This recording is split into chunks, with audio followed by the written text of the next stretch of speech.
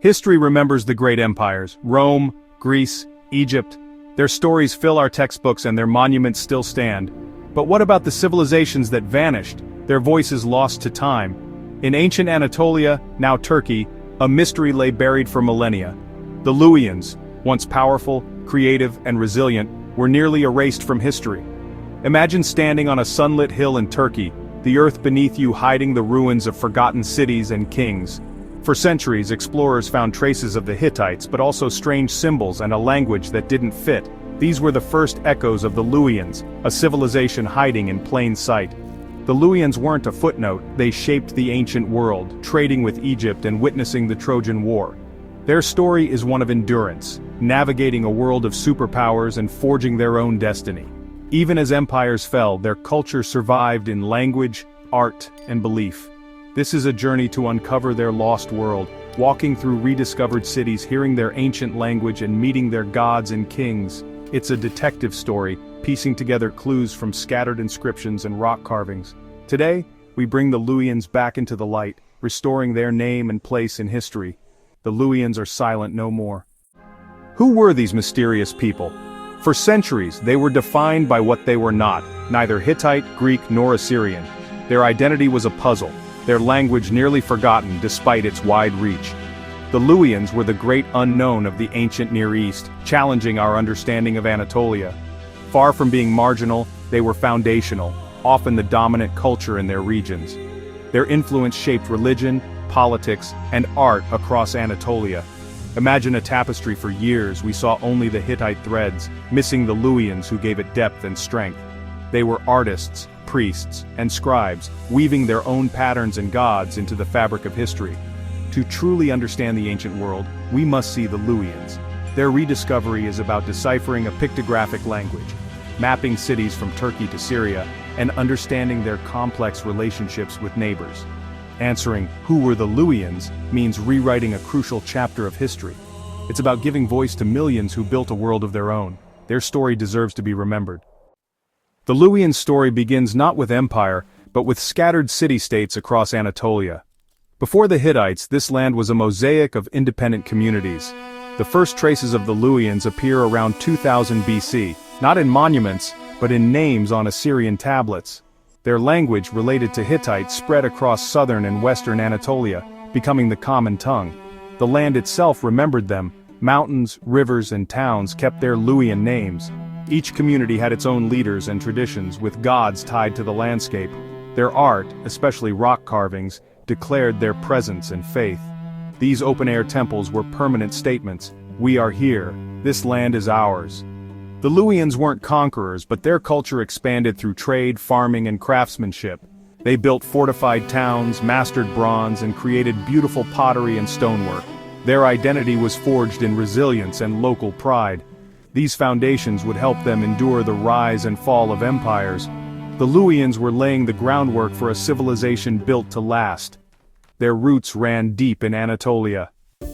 The rise of the Hittites around 1650 BC changed everything. As the Hittite Empire expanded, the Luwians faced a choice: resist or adapt. Instead of being crushed, they became essential to the Hittite world. The empire was multi-ethnic, and Luwians formed a huge part of its population, especially in the south.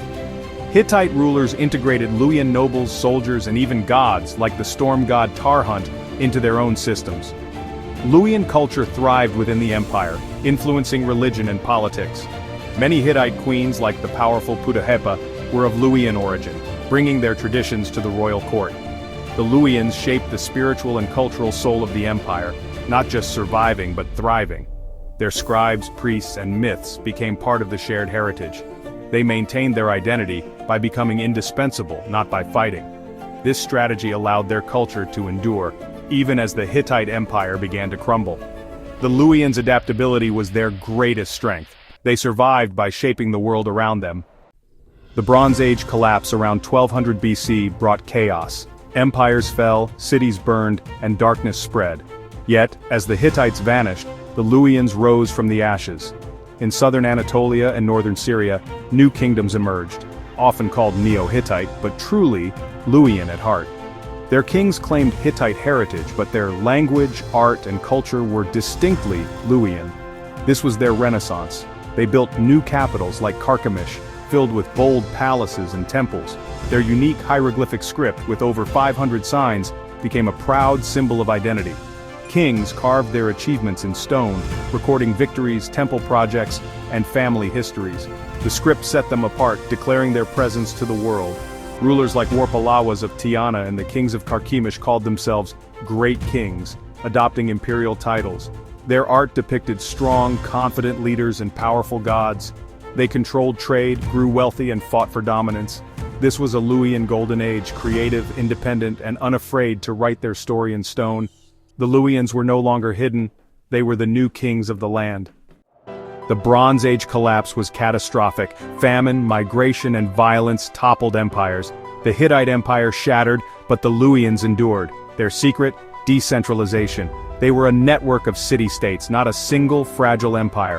When Hattusa fell, Luian communities survived, keeping local power intact. While others entered a dark age, the Luians continued building, creating art, and, crucially, writing. Their hieroglyphic script preserved Bronze Age memory into the Iron Age. Neo-Hittite states like Carchemish and Malatia became vibrant centers of trade and culture.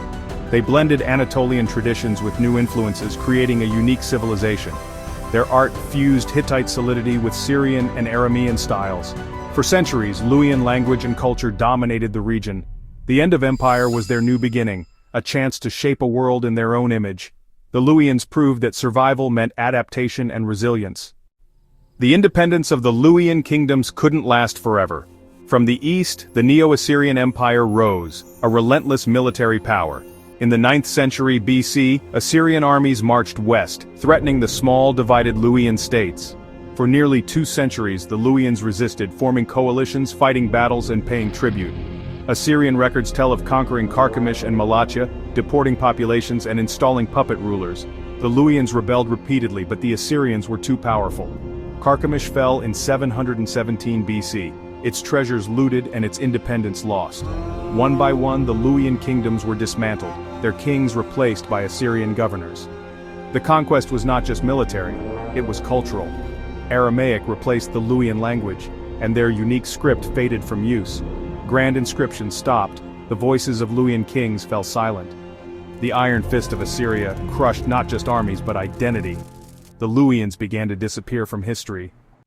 After their kingdoms fell, the Luians entered a long silence. Their name vanished from records. Later empires forgot them entirely.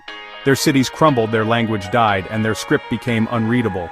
Assimilation erased their distinct identity, first under Assyrian, then Persian and Greek rule. Over generations they adopted new languages and gods blending into the ancient world.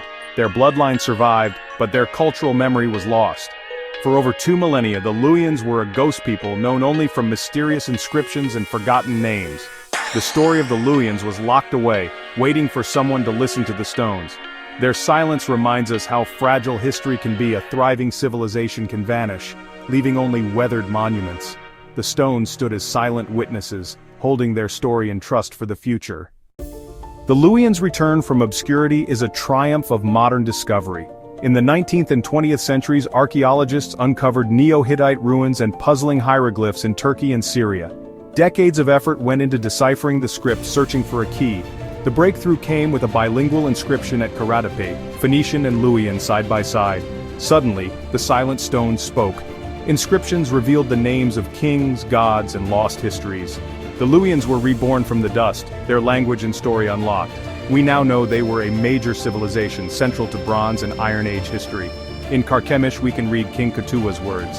At Ivriz we see King Were the Luians honoring Tarhunt. History has been rewritten. The Luwians have their voice and place restored. Their legacy is one of endurance and rediscovery, reminding us that history is always evolving. The Luwians survived empires and centuries of silence. Their story, written in stone, waited for us to find it. Today, they stand tall again, a proud civilization that shaped our world.